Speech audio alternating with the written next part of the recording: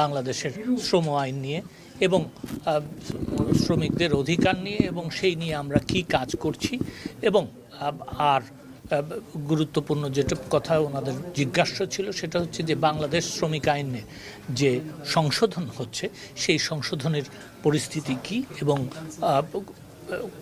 কি করা হচ্ছে। প্রথমে ব্যাপারটা ছিল যে এখন যেটা বিদ্যমান আছে সেটা হচ্ছে যে সকলের জন্য, সকল কারখানার জন্য 20% শ্রমিক হলেই তারা একটা ট্রেড ইউনিয়ন করতে পারে।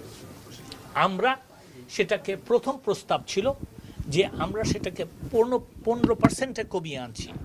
15% শ্রমিক থাকলেই একটা ট্রেড ইউনিয়ন করা যাবে। আপনি বলেন না, আমি হ্যাঁ মত থাকলে ঠিক আছে, সেটা ছিল তখন।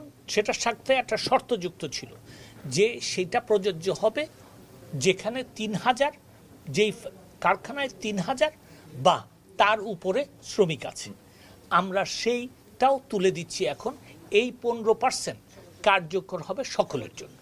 কোনো দেশ কি আমাদেরকে দিবে কি আমাদেরকে দিবে না সেটার উপরে নির্ভর করে আমরা শ্রমিকদের অধিকারের ব্যাপারে চিন্তাভাবনা করব না।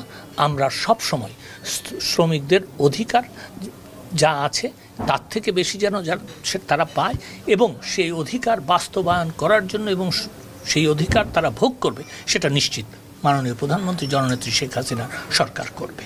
তো এই আলোচনার পরে তারা আমাকে যেটা বলেছেন সেটা হচ্ছে তারা অত্যন্ত সন্তুষ্ট হয়েছেন। আমার মনে হয় না এই পার্লামেন্টে আইনটা পাস হবে, কারণ আরেকবারও একটা মিটিং করতে হবে। আমরা যেই সব সিদ্ধান্ত নিয়েছি সেটা স্টেক হোল্ডারদের সাথে, সকলের সাথে আলাপ আলোচনা করে আমার মনে হয় বাজেট সেশনে শেষের দিকে যখন বাজেট পাস হয়ে যাবে তারপরে যে একটু সময় থাকবে